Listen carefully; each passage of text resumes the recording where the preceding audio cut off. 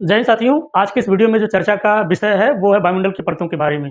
इससे पहले वायुमंडल का पार्ट 1 बन गया है, जिसमें कंपोजिशन ऑफ एटमॉस्फेयर के बारे में पढ़ाया गया है। आप सभी लोगों को बता दें कि उसमें पढ़ाया गया है वायुमंडल क्या है, उसके संगठक क्या हैं, भारी गैसें कौन-सी हैं, हल्की गैसें कौन-सी हैं, वायुमंडल का अध्ययन किन-किन उपकरणों के माध्यम से किया जाता है और वायुमंडल में जो गैसें हैं उनके फार्मूला क्या है, उनके परसेंटेज क्या है, उनका नॉमिनेशन कैसे होता है, वो सारी चीज़ें ऑलरेडी पार्ट 1 में पढ़ा दिया गया है। यदि आप लोगों ने पार्ट 1 नहीं देखा है तो जाके पहले वो देखिए, क्योंकि सीक्वेंस में पढ़ने से क्या होता है, चीज़ें लंबे समय तक याद रहती हैं और चीज़ें समझ में भी आती हैं। लोगों को बता दें कि एक बहुत बड़ा मिथ है कि सर वायुमंडल में जैसे-जैसे ऊपर जाते हैं टेम्परेचर कम होता जाता है। बहुत सारे लोग ये भी जानते होंगे कि हाँ, बिल्कुल सही बात है, जैसे-जैसे ऊपर जाएँगे टेम्परेचर कम होता है। लेकिन आज के बाद ये बात बिल्कुल आप नहीं कहेंगे कि जैसे-जैसे ऊपर जाते हैं टेम्परेचर कम होता है। याद रखिए, सिर्फ़ क्षोभ मंडल में जैसे-जैसे ऊपर जाते हैं टेम्परेचर कम होता है, समताप मंडल में नहीं कम होता है। तो इन एक चीज़ और बता दें कि जो वायुमंडल की परतें हैं, है ना? इसको आप ये नहीं जानते होंगे या बहुत कम लोग जानते होंगे कि इसको बाँटने का बेस क्या है, आधार क्या है? इसको किस आधार पे बाँटा गया है कि ट्रोपोस्फियर, स्ट्रेटोस्फियर, मेसोस्फियर, आयनोस्फियर या थर्मोस्फियर या एक्सोस्फियर क्या है? क्षोभ मंडल, समताप मंडल, मध्य मंडल, तापमान मंडल, आयन मंडल और वायुमंडल। इसको बाँटने का आधार क्या है? आप सभी को बता दें, जब वायुमंडल का बँटवारा किया जाता है, वायुमंडल के आधार का बँटवारा किया जाता है, तो इसको 2 परतों में बाँट के अध्ययन किया जाता है। पहला तो टेम्परेचर के आधार पर इसका बँटवारा होता है, जो ये है ना? ये टेम्परेचर के अकॉर्डिंग इसका बँटवारा है और अगला केमिकल के अकॉर्डिंग, है ना? रासायनिक संरचना के आधार पर वायुमंडल के बँटवारा है परतों के नाम। तो आप लोगों ने तो ये पढ़ा होगा, इसको मैं आज और डेप्थ में पढ़ाने वाला हूँ, एक-एक चीज़ क्लियर कर दूँगा। आपसे इसमें जितने भी सवाल आते हैं, वो सब एकदम क्लियर हो जाएगा, बशर्ते आपको ध्यानपूर्वक पढ़ना है। याद रखिए, आज आपको बहुत कुछ नया सीखने को मिलने वाला है और इसके बाद जब मैं पढ़ाऊँगा रासायनिक आधार पर वायुमंडल की परतों का बँटवारा, तो वो तो आपके लिए बिल्कुल एकदम नया ही रहेगा। तो चलिए आज की इस वीडियो में शुरू करते हैं जिमी। आज की वीडियो में चर्चा का बिंदु क्या है, आइए। पहला जो वायुमंडल की परतों के बारे में बात कर लें, ये टेम्परेचर के आधार पर इसका बँटवारा किया गया, तापमान के आधार पर। ठीक, आज के बाद ये जानते रहना, ये तापमान के आधार पर इसका बँटवारा किया गया है। अब इसको मुख्यतः 5 भागों में बाँटा गया है, लेकिन कहीं-कहीं पर इसे 6 भाग भी कर दिए जाते हैं, जैसे क्षोभ मंडल, समताप मंडल, मध्य मंडल और आयन मंडल और वायुमंडल, ये हो गया। अब इसी में वायुमंडल के ऊपर कभी-कभी ये पढ़ा जाता है कि वायुमंडल के ऊपर तापमान मंडल पाया जाता है, तो अब मैं इसको डिटेल में बताऊँगा। फिलहाल हम लोग ये जानते हैं कि ये जो क्षोभ मंडल है इसको ट्रोपोस्फियर कहते हैं, जो समताप मंडल है इसको स्ट्रेटोस्फियर कहते हैं और जो मध्य मंडल उसको मेसोस्फियर, जो आयन मंडल उसको आयनोस्फियर कहते हैं और जो वायुमंडल है उसको एक्सोस्फियर कहते हैं। लैंग्वेज को लेके कोई नहीं कहेगा सर आप इसे हिंदी में लिख दीजिए, मैं ऑलरेडी हिंदी बोल रहा हूँ और आप लोग जिस एग्ज़ाम की तैयारी कर रहे हैं, हिंदी बिल्कुल भी मत कहिएगा। आप लोग हो सके जहाँ तक ज्योग्राफिकल टर्मिनोलॉजी को इंग्लिश में ही सीखिए। खैर मेरे साथ रहेंगे, धीरे-धीरे चीज़ें सीख जाएँगे, हम और आप मिलके सीखने वाले हैं। तो चलिए हम लोग आज के बारे में जानते हैं। ये वायुमंडल की पहली परत है। वायुमंडल की पहली परत का नाम क्या है? पहली परत का नाम क्षोभ मंडल। पहली परत का नाम क्या है भाई? बताओ जल्दी-जल्दी। क्षोभ मंडल। इस क्षोभ मंडल की जो ऊँचाई है, वो धरातल से लेकर 18 किलोमीटर की ऊँचाई है। क्षोभ मंडल की जो ऊँचाई है वो कितनी है? धरातल से लेके 18 किलोमीटर की ऊँचाई तक जो लेयर पाई जाती है वायु को, उसे क्षोभ मंडल कहते हैं, ठीक? इसकी औसत ऊँचाई एवरेज हाइट 12 किलोमीटर है और कहीं-कहीं पर 13 किलोमीटर भी मिल जाता है और इसका जो ध्रुवों पर इसकी हाइट है, ध्रुव पर, वो कहीं पर 8 किलोमीटर है, कहीं पर 6 किलोमीटर है। अब 3 डाटा आपको याद रखना है, 12, 8, 18 ऐसे याद रखना, 12, 8, 18। अब ये कहेगा कोई ये क्या है? तो आप बताना कि क्षोभ मंडल की जो ऊँचाई होती है 18 किलोमीटर होती है। कहाँ पर? भूमध्य रेखा पर, इक्वेटर पर।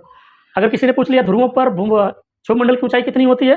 तो अकॉर्डिंग टू ऑप्शन में अगर 8 किलोमीटर है तो 8 किलोमीटर, अगर 6 किलोमीटर है तो 6 किलोमीटर आपको लगा देना है। इसकी एवरेज हाइट अगर पूछेगा, औसत ऊँचाई, तो आपको 12 किलोमीटर या 13 किलोमीटर याद रखना है, ठीक? अब अगला चीज़, जो हमारा क्षोभ मंडल है इसी को विक्षोभ मंडल भी कहते हैं, विक्षोभ मंडल, ठीक? इसको सम्मोहन मंडल कहते हैं, सम्मोहन मंडल, इसको भारी मंडल भी कहते हैं, ठीक? इसी को वायुमंडल भी कहते हैं, वायुमंडल कहते हैं या इसी को पहला मंडल भी कहते हैं। याद आ गया? कितने नाम हुए? क्षोभ मंडल, विक्षोभ मंडल, सम्मोहन मंडल, भारी मंडल, वायुमंडल, पहला मंडल। इतने नामों से इस मंडल को जाना जाता है। अगर इंग्लिश में देखा जाए तो एक ही शब्द ट्रोपोस्फियर। कौन सा नाम भाई? ट्रोपोस्फियर। क्षोभ मंडल क्यों कहा जाता है? विक्षोभ मंडल क्यों कहा जाता है? क्योंकि यहाँ पर वायुमंडलीय घटनाएँ होती हैं। सम्मोहन मंडल क्यों कहा जाता है? क्योंकि यहाँ पर हवाएँ क्या होती हैं? हवाएँ गर्म होकर ऊपर उठती हैं। गर्म होकर हवाएँ क्या करती हैं?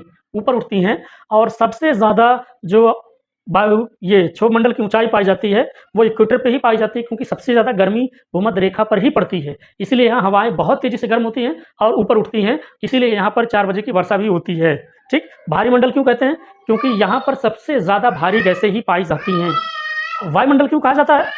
क्योंकि वायुमंडल का लगभग 75% भाग, वायुमंडल का लगभग 75% भाग इसी क्षोभ मंडल में पाया जाता है, इसीलिए इसको वायुमंडल कहा जाता है। और ये पहला मंडल आपको पता चल गया।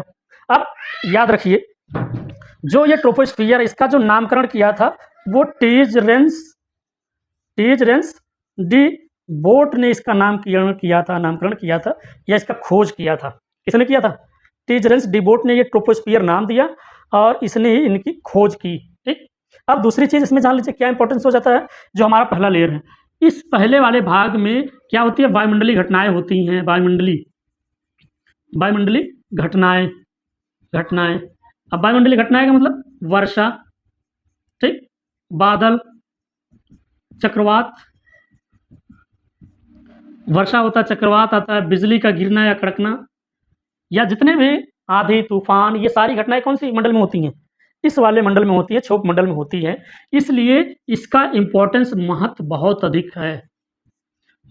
अधिक है और इसी को जीवमंडल भी कहते हैं। ठीक, अब ये बात आपको, इतनी बातें समझ में आ रही होंगी। ठीक, ये सारी बातें आपको समझ में आ गई। अब एक इंपॉर्टेंट चीज़, वायुमंडल में या क्षोभ मंडल में हम लोग जैसे जैसे ऊपर बढ़ते हैं टेम्परेचर कम होता है। टेम्परेचर क्या होता है? कम होता है। तापमान क्या होता है? कम होता है। कैसे? ऊंचाई बढ़ने के साथ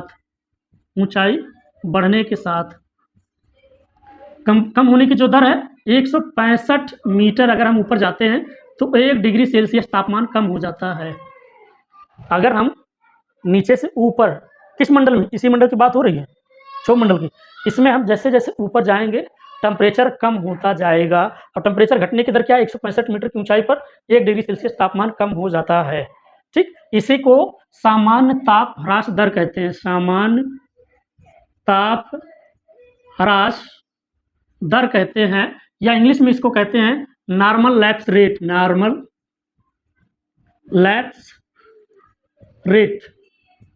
ठीक, इसको क्या कहते हैं? Normal lapse rate. अगर पूछा जाए 1 किलोमीटर की ऊंचाई पर कितना तापमान कम होता है, तो 6.5 डिग्री सेल्सियस तापमान कम होता है। अब जरा एक सवाल है आपसे, कमेंट करके बताना। सवाल ये है कि धरातल पर इस समय गर्मी में टेम्परेचर 44 डिग्री है। सवाल ध्यान से सुनना। इस समय अभी आज 3 अप्रैल के दिन टेम्परेचर, तापमान धरातल पे जहाँ हम लोग हैं, जहाँ ये वीडियो बन रहा है, टेम्परेचर 44 डिग्री है। तो मुझे ये बताइए कि वायुमंडल की ऊपरी परत पे लगभग 13 किलोमीटर की ऊंचाई पर तापमान कितना होगा? कमेंट करके बताओ। तो हम लोग समताप मंडल के बारे में जानते हैं। याद रखिए दोस्तों, जो वायुमंडल है और जो समताप मंडल है, इसके बीच की जो पतली लाइन पाई जाती है, जिसकी मोटाई 1 से 2 किलोमीटर के बीच बताई जाती है, इसे संक्रमण पेटी कहते हैं। ठीक, इसकी मोटाई कितनी? 1 से 2 किलोमीटर। इसको ट्रोपोपॉज़ भी कहा जाता है। यहाँ पर तापमान का गिरना बंद हो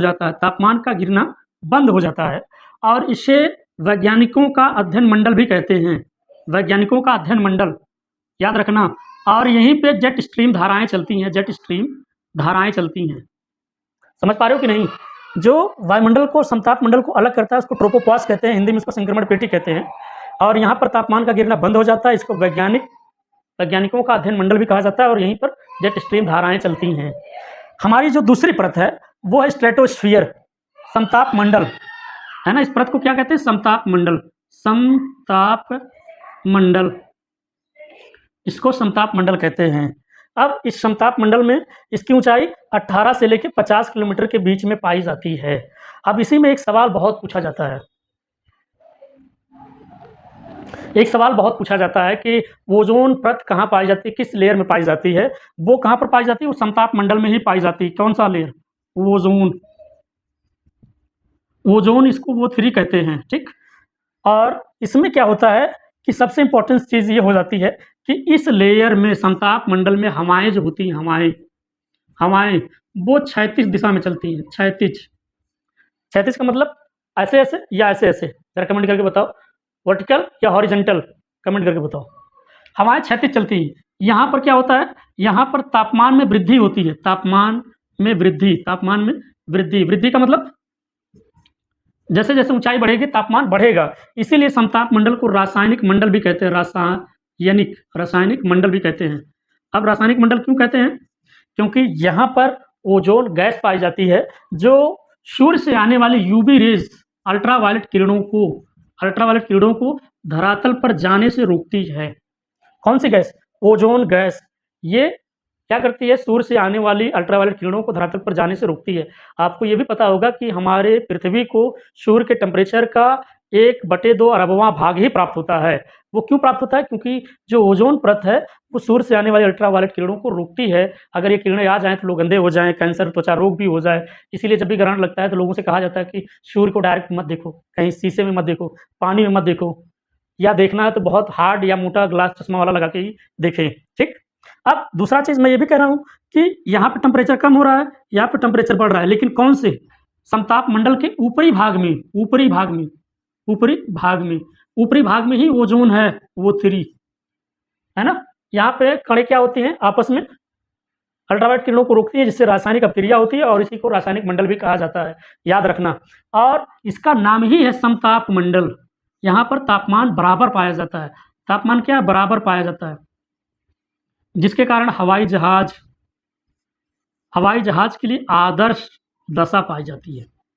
हवाई जहाज के लिए क्या पाई जाती है, आदर्श दशा पाई जाती है। हवाई जहाज इसी मंडल में उड़ते हैं। जीवन में इतना ज़रूर कमा लेना कि मरने से पहले एक बार जहाज में बैठ लेना, और इतना ज़रूर कमा लेना कि अपने माँ-बाप को एक बार जहाज में बैठा के चाहे अपना इंडिया ही टहला लेना, लेकिन टहला घुमा ज़रूर लेना, ठीक। अब आपको ये बेहतर तरीके से समझ में आ रहा है। अब ज़रा मुझे कमेंट करके बताओ, ओज़ोन को किस मॉन्ट्रियल में या किस कन्वेंशन में इसको अपनाया गया था, और ओज़ोन दिवस कब मनाया जाता है, वो ओज़ोन की कितनी परतें पाई जाती है, कमेंट करके बताना, ठीक। तो ये चीज़ आपको बहुत बेहतर से समझ में आ गया होगा। अब दूसरी चीज़, ओज़ोन की जो एकदम मोटाई पाई जाती है कि ओज़ोन इतना किलोमीटर से इतना किलोमीटर के बीच में पाया जाता है, ये 15 से 30 किलोमीटर के बीच में इसकी मोटी पट्टी पाई जाती है। 15 से 30 किलोमीटर के बीच में इसकी मोटी पट्टी पाई जाती है, जिसमें ये क्या होता है, ओज़ोन बहुत ही तगड़ी मतलब मोटी लेयर पाई जाती है। और उसमें सबसे ज़्यादा मोटी लेयर कहाँ पाई जाती है, 25 से 30 किलोमीटर के बीच में सबसे मोटी लेयर पाई जाती है ओज़ोन की। ये याद रखना, सवाल कई बार आ चुका है कि ओज़ोन सबसे ज़्यादा कितने किलोमीटर के बीच में मोटी पट्टी पाई जाती है, मैक्सिमम मोटी पट्टी 25 से 30 किलोमीटर। और जो स्ट्रेटोस्फीयर नाम है, ये नामकरण भी इन्होंने ही किया था, टिजरेंस डी-बोट ने ही नाम किया था, है ना। याद रखना, सवाल आता है कि हवाई जहाज किस लेयर में उड़ते हैं, स्ट्रेटोस्फीयर में ही उड़ते हैं। ये सारी चीज़ें आप लोग याद रखेंगे, ठीक। इसमें नेगेटिव लैप्स रेट पाया जा रहा है, इसमें पॉजिटिव लैप्स रेट पाया जा रहा है। क्यों, क्योंकि ऊंचाई बढ़ने के साथ साथ इसमें तापमान बढ़ रहा है, लेकिन समताप मंडल के ऊपरी लेयर में, निचले वाले भाग में तापमान बराबर रहता है। और यहाँ पर समताप मंडल में वायुमंडलीय घटनाएं नहीं होती, वायुमंडलीय घटनाएं नहीं होती हैं, ठीक। इसीलिए यहाँ पर हवाई जहाज उड़ता है। अगर यहाँ पर आंधी, तूफान, पाला बारिश होने लगे या पक्षी चिड़िया उड़ने लगे तो यहाँ पर घटनाएं हो सकती हैं, इसलिए जिसको मेसोस्फीयर या मध्यमंडल कहते हैं। पहला तो आप लोग ये जान लीजिए, इसकी जो ऊंचाई है वो 50 से लेकर 80 किलोमीटर के बीच में इसकी ऊंचाई है, किसकी, मध्यमंडल की या मेसोस्फीयर की। और एक चीज़ और आप लोग जानते रहिएगा, जब भी कोई मंडल किसी लेयर से अलग होगा ना, तो जैसे ट्रोपोपॉज, स्ट्रेटोपॉज, मेसोपॉज, यानी कि ये संक्रमण पेटी होती है 1-2 किलोमीटर की, जो उससे इसको अलग करती है ना। लेकिन एक खास बात स्ट्रेटोपॉज में जान लीजिए, यहाँ पर आइस क्रिस्टल क्लाउड बनते हैं, कहाँ पर, संक्रमण पेटी स्ट्रेटोपॉज में, है ना। अब जो मध्यमंडल है, इसकी ऊंचाई कितनी है, 50 से लेकर 80 किलोमीटर के मध्य। अब ये जो मध्यमंडल है, ये जो मध्यमंडल है, याद रखिए, वायुमंडल, इसमें तापमान फिर गिरना शुरू हो जाता है। देख रहे हैं ना, यहाँ तापमान क्या हुआ, तापमान यहाँ ऊंचाई के साथ गिर रहा है, तापमान यहाँ ऊंचाई के साथ बढ़ रहा है, फिर यहाँ तापमान ऊंचाई के साथ गिर रहा है।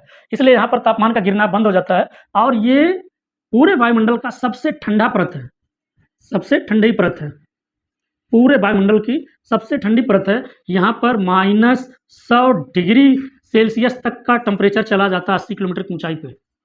80 किलोमीटर की ऊंचाई पर यहाँ पर -100 डिग्री से भी नीचे टेम्परेचर चला जाता है। और सबसे खास बात ये होती कि जो उल्कापिंड होते हैं, वो इसी मंडल में आके जल जाते हैं। यानी कि आकाश से जो भी उल्कापिंड गिरता है, वो गिरते उसमें इतनी घर्षण होती है कि जब वो मेसोस्फीयर में पहुँचता है, मध्यमंडल में पहुँचता है, तो यहाँ पर क्या होता है, उल्कापिंड पूरी तरह से जल जाता है, आग का गोला बन जाता है। याद रखिए, ये वायुमंडल का सबसे ठंडा परत है, ये भी याद रखना, ठीक?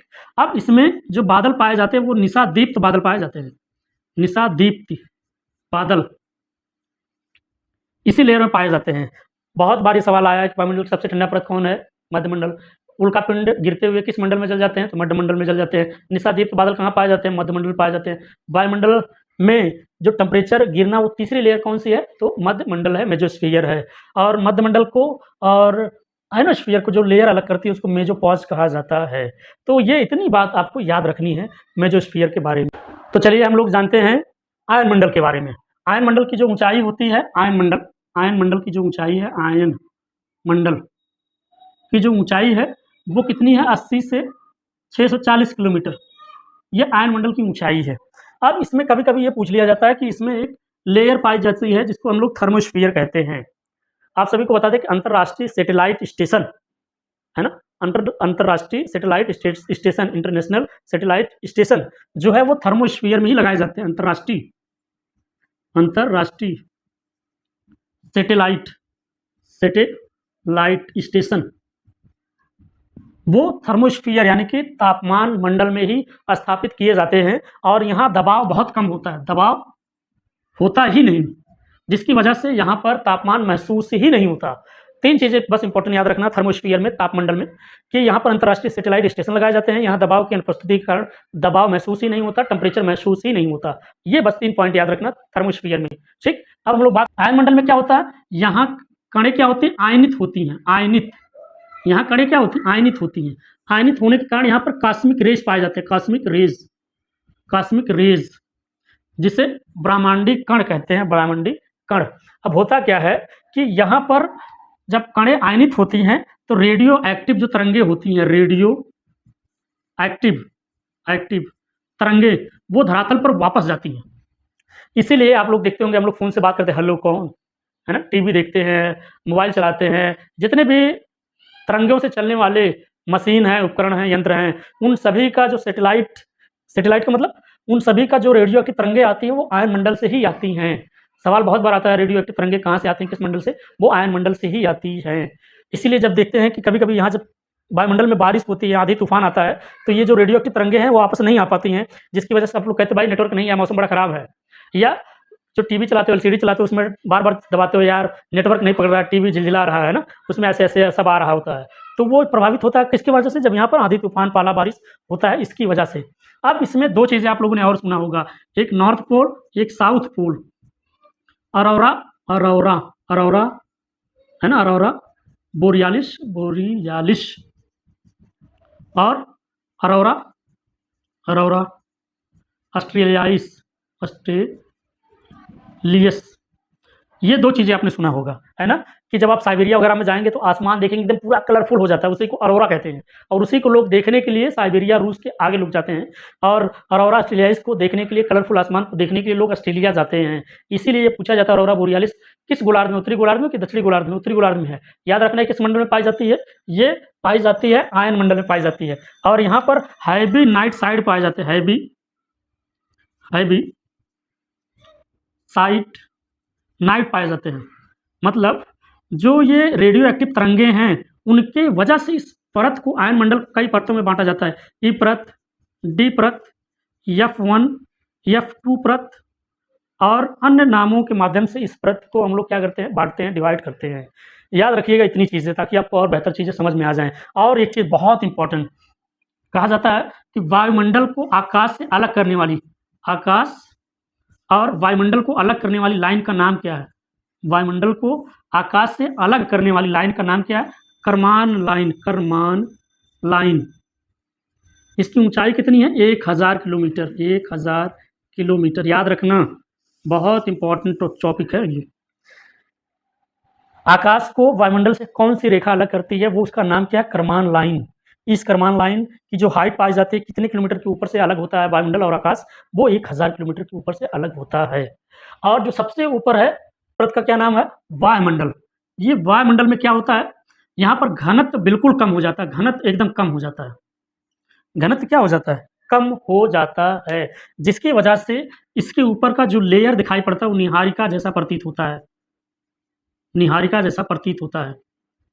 अब ज़रा आप कमेंट करके बताओ निहारिका परिकल्पना किसने दिया था? कमेंट करके बताओ। और यहाँ पर सबसे हल्की गैसें पाई जाती हैं, हल्की गैसें पाई जाती हैं जैसे हाइड्रोजन हाइड्रोजन और हीलियम। यहाँ पर सबसे हल्की गैसें पाई जाती हैं, हीलियम। ज़रा इनके फ़ॉर्मूला कमेंट करके बताओ और इनका परसेंटेज भी कमेंट करके बताओ। और लोग पूछते हैं सर वायुमंडल की ऊँचाई कितनी है? तो वायुमंडल की ऊँचाई कोई निश्चित नहीं है और 640 किलोमीटर की ऊँचाई के बाहर वाली चीज़ों को हम लोग वायुमंडल में जोड़ते हैं या कहते हैं। तो वायुमंडल की परतों के बारे में आज आपको पढ़ के कैसा लगा और क्या-क्या आपने नई चीज़ें सीखी, वो कमेंट करके ज़रूर बताना। नोट्स ज़रूर बनाना, मैं बार-बार कहता हूँ। एक बार पढ़ो, अच्छे से पढ़ो कि बार-बार पढ़ने की ज़रूरत ही ना पड़े, ये मेरी टैगलाइन होती है। और याद रखिए, इसके बाद हम लोग रासायनिक आधार पे वायुमंडल के बँटवारे के बारे में जानेंगे और किसने बाँटा वो भी पढ़ेंगे पार्ट 3 में। ये पार्ट 2 था, इससे पहले पार्ट 1। तो आप लोग क्रमवार से देखते रहिए, नोट्स बनाते रहिए। वीडियो कैसा लग रहा है, कंटेंट कैसा लग रहा है, कमेंट करके ज़रूर बताएँ। चैनल पे नए हो तो चैनल को सब्सक्राइब कर लें, शेयर कर दें, लाइक करें, बेल आइकन को दबा लें। चलिए मिलते हैं दूसरे वीडियो में, तब तक के लिए जय हिंद, जय भारत।